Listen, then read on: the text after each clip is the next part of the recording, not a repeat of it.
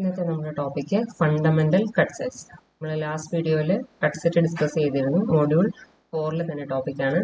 അപ്പോൾ cut set എന്ന് പറഞ്ഞാൽ അതിലൊരു സെറ്റ് ഓഫ് എഡ്ജസ് ആയിരുന്നു ഇനി കണക്റ്റഡ് ഗ്രാഫ്. അപ്പോൾ ഈ എഡ്ജസ് നമ്മൾ ഗ്രാഫിൽ നിന്ന് റിമൂവ് ചെയ്താൽ ആ ഗ്രാഫ് ഡിസ്കണക്റ്റഡ് ആവും. അങ്ങനെയുള്ള സെറ്റ് ഓഫ് എഡ്ജസിനെയാണ് നമ്മൾ കട്ട് സെറ്റ് എന്ന് പറയുന്നത്. ഇനി ഫണ്ടമെന്റൽ കട്ട് സെറ്റ് എന്താണെന്നാണ് ഇന്ന് നമ്മൾ നോക്കുന്നത്. നമ്മുടെ ഒരു ഗ്രാഫ് ഉണ്ട്, ഒരു സ്പാനിങ് ട്രീ ഉണ്ട്, ടി.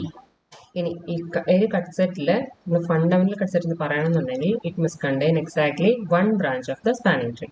അപ്പോൾ ഒരു കട്ട് സെറ്റ് തന്നെയാണ്, അതിൽ പക്ഷേ ഒരൊറ്റ ബ്രാഞ്ച് സ്പാനിങ് ട്രീയുടെ ഉണ്ടാവാൻ പാടുള്ളൂ. അങ്ങനെയാണെങ്കിൽ നമുക്ക് അതിനെ ഫണ്ടമെന്റൽ കട്ട് സെറ്റ് എന്ന് പറയാം. So fundamental cut set with respect to T എന്നാണ് പറയുന്നത്. എന്ന് പറഞ്ഞാൽ ഒരു സ്പാനിങ് ട്രീയോട് അസോസിയേറ്റ് ചെയ്തിട്ട് മാത്രമേ നമുക്ക് ഈ ഫണ്ടമെന്റൽ കട്ട് സെറ്റ് ഡിഫൈൻ ചെയ്യാൻ പറ്റുള്ളൂ. അപ്പോൾ ഓരോ സ്പാനിങ് ട്രീ മാറുന്നതിനനുസരിച്ച് ബ്രാഞ്ച് മാറും, കോഡ് മാറും, ഫണ്ടമെന്റൽ കട്ട് സെറ്റും മാറും. Saw cut set is A set of edges. അതിൻ്റെ നമ്മൾ ഗ്രാഫിൽ നിന്ന് റിമൂവ് ചെയ്ത് കഴിഞ്ഞാൽ ഗ്രാഫ് ഡിസ്കണക്റ്റഡ് ആവും. അതാണ് കട്ട് സെറ്റിന്റെ പ്രോപ്പർട്ടി.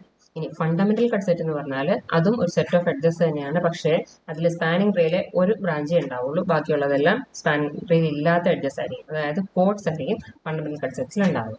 ഇനി ഫണ്ടമെന്റൽ കട്ട് സെറ്റിന്റെ വേറൊരു പേരാണ് ബേസിക് കട്ട് സെറ്റ്. അപ്പോൾ ഞാൻ നേരത്തെ പറഞ്ഞു, fundamental cut set S will contain only one branch of the spanning tree and rest of the edges in S are codes with respect to T. അപ്പോൾ ഈ fundamental cut സെറ്റിലെ ഉള്ള edges എന്ന് പറഞ്ഞാൽ ഒരു ബ്രാഞ്ചും ബാക്കിയുള്ളതെല്ലാം കോഡ്സും ആയിരിക്കും with respect to a spanning tree T. അപ്പോൾ ഒരു സ്പാനിങ് ട്രീ കൺസിഡർ ചെയ്യുമ്പോൾ അതിലെ ഒരു ബ്രാഞ്ച് ഒരു ഫണ്ടമെന്റൽ കട്ട് സെറ്റിൽ ഉണ്ടാവും. അപ്പോൾ അതിലുള്ള ബാക്കിയുള്ള എല്ലാ എഡ്ജസും എന്തായിരിക്കണം? കോഡ്സ് ആയിരിക്കണം. So we will see an example. ഇവിടെ V1, V2, V3, V4, V5, V6. അപ്പോൾ ഇതിനുള്ളിൽ 6 വെർട്ടീസുകളുണ്ട്. ഇതിൽ നമ്മൾ ഫസ്റ്റ് ഒരു സ്പാനിങ് ട്രീ കൺസിഡർ ചെയ്യണം. That is B, C, E, H, K. അപ്പോൾ ഈ സ്പാനിങ് ട്രീ നമ്മൾ കൺസിഡർ ചെയ്യുന്നത്. അപ്പോൾ സ്പാനിങ് ട്രീയിലുള്ള എഡ്ജസ് നമുക്ക് എന്ത് പറയാൻ പറ്റും? ബ്രാഞ്ചസ് എന്ന് പറയാൻ പറ്റും. So B, C, E, H, K എല്ലാം ബ്രാഞ്ചസ് ആണ്.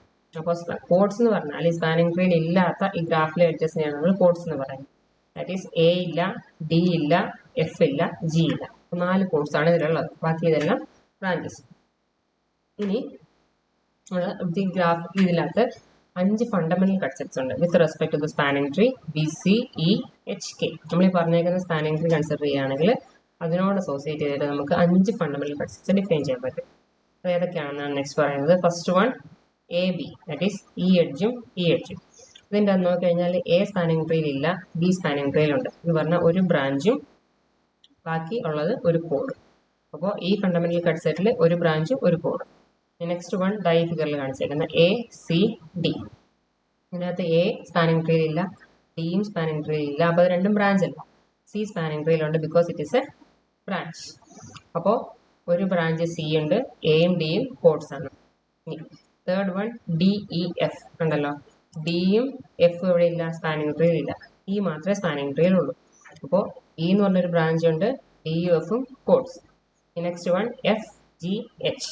ഇതിൻ്റെ അകത്ത് എഫ് സ്പാനിങ് ട്രീയിലില്ല, ജി സ്പാനിങ് ട്രീയിലില്ല, എച്ച് മാത്രമേ സ്പാനിങ് ട്രീയിലുള്ളൂ. സോ ഒരു ബ്രാഞ്ചും എച്ച് എന്ന് പറഞ്ഞ ബ്രാഞ്ചും ജി എഫ് എന്ന് പറയുന്ന കോഡ്സും ആണ് അതിലുള്ളത്.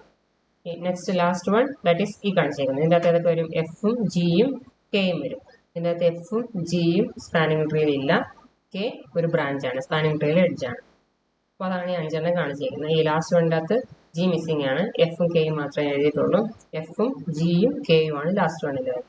അപ്പോൾ ഈ 5 ഫണ്ടമെന്റൽ കട്ട് സെറ്റ്സ് നോക്കിക്കഴിഞ്ഞാൽ ഇതിൻ്റെ അകത്ത് എല്ലാത്തിലും എന്തുണ്ടാകും? ഒരു ബ്രാഞ്ച് വീതേ ഉള്ളൂ. സ്പാനിങ് ട്രീയിലെ ഓരോ ബ്രാഞ്ച് വീതേ എല്ലാ കട്ട് സെറ്റ്സിലും വരുന്നുള്ളൂ. ബാക്കിയുള്ളതെല്ലാം എന്താണ്? കോഡ്സ് ആയിരിക്കും. സ്പാനിങ് ട്രീയിലെ എഡ്ജസ് ആണ് ഈ കാണിച്ചേക്കുന്നത്. A B C E H K. അപ്പോൾ ഇതിൻ്റെ അകത്ത് ബി ഉണ്ട്, ഇതിൻ്റെ അകത്ത് സി മാത്രമേ ഉള്ളൂ, ഇതിൻ്റെ അകത്ത് ഇ മാത്രമേ ഉള്ളൂ, ഇതിൻ്റെ അകത്ത് എച്ച് മാത്രമേ ഉള്ളൂ, ഇതിൽ കെ മാത്രമേ ഉള്ളൂ. അപ്പോൾ ഓരോ ബ്രാഞ്ചസിനും കറസ്പോണ്ടിങ് ആയിട്ട് നമുക്ക് എന്ത് കിട്ടി? ഓരോ ഫണ്ടമെന്റൽ കട്ട് സെറ്റ്സ് കിട്ടി. ഈ ലാസ്റ്റ് വൺ എഫ് കെ അല്ല, that is F G K. അപ്പോൾ ഈ ഫണ്ടമെന്റൽ കട്ട് സെറ്റ്സിലെല്ലാം ഒരു ബ്രാഞ്ച് ഉണ്ട്, ബാക്കിയെല്ലാം കോഡ്സും ആണ്. അപ്പോൾ ഫണ്ടമെന്റൽ കട്ട് സെറ്റ് എന്ന് പറഞ്ഞാൽ നമ്മുടെ സ്പാനിങ് ട്രീയിലെ ഒരു ബ്രാഞ്ച് മാത്രമേ അതിനുള്ളിൽ ഉണ്ടാവുള്ളൂ, ബാക്കിയുള്ള എഡ്ജസ് എല്ലാം കോഡ്സ് ആയിരിക്കും. അപ്പോൾ സ്പാനിങ് ട്രീയിലുള്ള ഓരോ എഡ്ജിനും കറസ്പോണ്ടിങ് ആയിട്ട് നമുക്ക് ഓരോ ഫണ്ടമെന്റൽ കട്ട് സെറ്റ് ഇവിടെ ഡിഫൈൻ ചെയ്ത് കാണിച്ചിട്ടാണുള്ളത്. ഇനി every code of A spanning tree defines A unique fundamental circuit. ഇത് നമ്മൾ നേരത്തെ പറഞ്ഞാണ്, സ്പാനിങ് ട്രീയുടെ ഡിസ്കഷൻ നടന്നപ്പോൾ നമ്മൾ പറഞ്ഞായിരുന്നു ഫസ്റ്റ് നമ്മൾ സ്പാനിങ് ട്രീ ജനറേറ്റ് ചെയ്യാൻ വേണ്ടിയിട്ടുള്ള പ്രോസസ്സിനുള്ളിൽ ഫസ്റ്റ് നമ്മൾ എന്തായിരുന്നു ചെയ്ത് ഒരു കണക്റ്റഡ് ഗ്രാഫ് ഉണ്ടെങ്കിൽ ആദ്യം ഒരു സ്പാനിങ് ട്രീ അതിൽ നിന്ന് കൺസ്ട്രക്ട് ചെയ്തു. ഇനി അതിലേക്ക് ഒരു കോഡ് നമ്മൾ ആഡ് ചെയ്യുമ്പോൾ നമുക്കൊരു ഫണ്ടമെന്റൽ സർക്യൂട്ട് കിട്ടും. ഇനി ആ സർക്യൂട്ടിൽ നിന്ന് അപ്രോപ്രിയേറ്റ് ആയിട്ടുള്ള ബ്രാഞ്ചസിനെ ഒഴിവാക്കുമ്പോഴായിരുന്നു നമുക്ക് ബാക്കിയുള്ള സ്പാനിങ് ട്രീസ് കിട്ടിയിരുന്നത്. അപ്പോൾ ആ പ്രോസസ്സ് നമ്മൾ ഡിസ്കസ് ചെയ്തതാണ്. നമ്മളെ സ്പാനിങ് ട്രീയിലേക്ക് ഒരു കോഡ് നമ്മൾ ആഡ് ചെയ്ത് കഴിഞ്ഞാൽ we will get A unique fundamental circuit. അപ്പോൾ ഇവിടെ എന്താണ് പറഞ്ഞു വരുന്നത്? Every branch of A spanning tree defines A unique fundamental cut set. Spanning ട്രീയിലെ ഓരോ ബ്രാഞ്ചും ഓരോ യുണീക്ക് ആയിട്ടുള്ള ഫണ്ടമെന്റൽ കട്ട് സെറ്റിനെയാണ് ഡിഫൈൻ ചെയ്യുന്നത്. ഇവിടെ നമുക്ക് മനസ്സിലായല്ലോ, ഈ 5 എണ്ണം ഉണ്ടെന്ന് പറഞ്ഞതിൽ ഓരോന്നും ഡിഫൈൻ ചെയ്യുന്നത് മെയിൻ ആയിട്ടും ഓരോ ബ്രാഞ്ചസ് ആണ്. സോ ഒരു ബ്രാഞ്ചിന് കറസ്പോണ്ടിങ് ആയിട്ട് ഒരു ഫണ്ടമെന്റൽ കട്ട് സെറ്റ് ഉണ്ടാവും, അടുത്ത ബ്രാഞ്ചിന് കറസ്പോണ്ടിങ് ആയിട്ട് അടുത്ത ഫണ്ടമെന്റൽ കട്ട് സെറ്റ്, ഇക്ക് കറസ്പോണ്ടിങ് ആയിട്ട് ഇത്, എച്ചിന് കറസ്പോണ്ടിങ് ആയിട്ട് ഇത്, കെക്ക് കറസ്പോണ്ടിങ് ആയിട്ട് ഇത്, എഫ് ജി കെ. അപ്പോൾ ഓരോ ബ്രാഞ്ചസിന് കറസ്പോണ്ടിങ് ആയിട്ട് ഓരോ ഫണ്ടമെന്റൽ കട്ട് സെറ്റ്സ് ആയിരിക്കും ഉണ്ടാവുക. അപ്പോൾ ഓരോ കോഡിന് കറസ്പോണ്ടിങ് ആയിട്ട് ഓരോ ഫണ്ടമെന്റൽ സർക്യൂട്ടും ഓരോ ബ്രാഞ്ചിന് കറസ്പോണ്ടിങ് ആയിട്ട് ഓരോ ഫണ്ടമെന്റൽ കട്ട് സെറ്റ്സും നമുക്ക് ഡിഫൈൻ ചെയ്യാൻ വേണ്ടി പറ്റും. ഈ സ്റ്റേറ്റ്മെന്റ് നമ്മൾ നേരത്തെ പറഞ്ഞതാണ്. ഒരു ഫണ്ടമെന്റൽ കട്ട് സെറ്റ് എന്ത് വെച്ച് നമുക്ക് മീനിങ് പറയാൻ പറ്റുള്ളൂ? ഒരു സ്പാനിങ് ട്രീ ബേസ് ആക്കി വെച്ചിട്ട് മാത്രമേ നമുക്ക് ഫണ്ടമെന്റൽ കട്ട് സെറ്റ് ഡിഫൈൻ ചെയ്യാൻ പറ്റുള്ളൂ. ഇനി നമ്മുടെ കയ്യിൽ കുറച്ച് കട്ട് സെറ്റ്സ് ഉണ്ടെങ്കിൽ അതിൽ നിന്ന് ബാക്കി കട്ട് സെറ്റ്സ് ജനറേറ്റ് ചെയ്യാൻ വേണ്ടി നമുക്ക് നേരത്തെ പഠിച്ചിട്ടുള്ള റിംഗ് സം ഓപ്പറേഷൻ വേണമെങ്കിൽ യൂസ് ചെയ്യാൻ പറ്റും. So for finding all cut sets in a graph, we can use this theorem, that is the ring sum of any two cut sets in a graph is either a third cut set or an edge disjoint union of cut sets. അപ്പോൾ 2 cut സെറ്റുകൾ നമ്മുടെ കയ്യിലുണ്ട്. ഇനി അതിൽ നിന്ന് മൂന്നാമത്തെ ഒരെണ്ണത്തിനെ construct ചെയ്യാനായിട്ട് ഒന്നുകിൽ നമുക്ക് റിംഗ് സം ഓപ്പറേഷൻ യൂസ് ചെയ്യാം. റിംഗ് സം ഓപ്പറേഷൻ യൂസ് ചെയ്യുമ്പോൾ ഒന്നുകിൽ ഒരു പുതിയ തേർഡ് കട്ട് സെറ്റ് ജനറേറ്റഡ് ആവും, അല്ലെങ്കിൽ it generates an edge disjoint union of cut sets. ഇവിടെ 3 എക്സാമ്പിൾ കാണാം. ഇപ്പോൾ ഇവിടെ 2 കട്ട് സെറ്റ്സ് വന്നിട്ടുണ്ട്, DEFഉം FGH. നമ്മുടെ പഴയ ഗ്രാഫിലെ തന്നെയാണ് DEFഉം FGH. അതിന് വേണ്ടി നമ്മൾ റിംഗ് സം എടുക്കണം. ഈ റിംഗ് സം ഓപ്പറേഷൻ എന്തായിരുന്നു ചെയ്യുന്നത്? കോമൺ ആയിട്ടുള്ള എഡ്ജസിനെ ഒഴിവാക്കാണ് റിംഗ് സം ഓപ്പറേഷൻ ചെയ്യുന്നത്. അപ്പോൾ കോമൺ ആയിട്ട് എഡ്ജ് എന്ന് പറഞ്ഞാൽ ഇവിടെ F മാത്രമേ കോമൺ എഡ്ജ് ഉള്ളൂ, അതിനെ നമ്മൾ ഒഴിവാക്കി. So result will be DEGH. അപ്പോൾ നമ്മൾ ജനറേറ്റ് ചെയ്തത് പുതിയൊരു കട്ട് സെറ്റ് ജനറേറ്റ് ചെയ്തു. അതുപോലെ തന്നെ നെക്സ്റ്റ് നോക്കിയ എക്സാമ്പിൾ ABയും BCEFഉം. AB എന്ന് പറഞ്ഞാൽ ഈ കട്ട് സെറ്റ്, പിന്നെ BCEF എന്ന് പറഞ്ഞാൽ DCEF. ഇനി ഇവിടെ നമ്മൾ റിംഗ് സം ഓപ്പറേഷൻ ചെയ്യുമ്പോൾ കോമൺ എഡ്ജസ് ഉള്ളതിനെ ഒഴിവാക്കുന്നു. B is A common edge. ഒഴിവാക്കി കഴിയുമ്പോൾ ACEF ആണ് നമുക്ക് കിട്ടുന്നത്. അപ്പോൾ അത് that is also another cut set.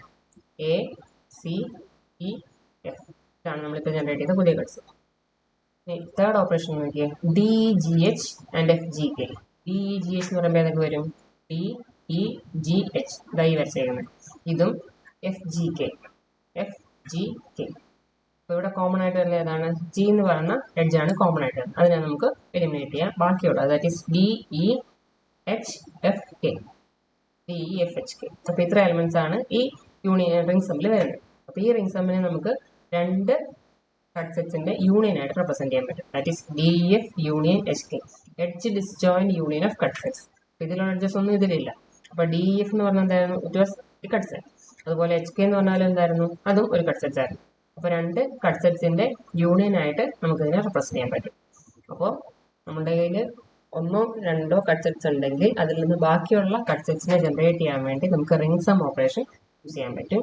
ആ റിംഗ് സമ്മിന്റെ റിസൾട്ട് ഒന്നുകിൽ it will be a completely new or third cut set, അല്ലെങ്കിൽ it will be an edge disjoint union of cut sets. അപ്പോൾ എഡ്ജസ് കോമൺ ഇല്ലാത്ത 2 കട്ട് സെറ്റുകളിൽ യൂണിയൻ ആയിട്ടായിരിക്കും ഒന്നിലതിനെ കിട്ടുക. അപ്പോൾ ഈ 2 രീതിയിലായിരിക്കും നമ്മൾ റിംഗ് സം ഓപ്പറേഷൻ കട്ട് സെറ്റ്സിൽ ചെയ്താൽ നമുക്ക് റിസൾട്ട് കിട്ടും. അപ്പോൾ ഈ ഒരു പ്രോസസ്സ് നമുക്ക് എല്ലാ കട്ട് സെറ്റ്സിനെയും ജനറേറ്റ് ചെയ്യാൻ വേണ്ടി യൂസ് ചെയ്യാൻ പറ്റും. That is all of fundamental cut sets.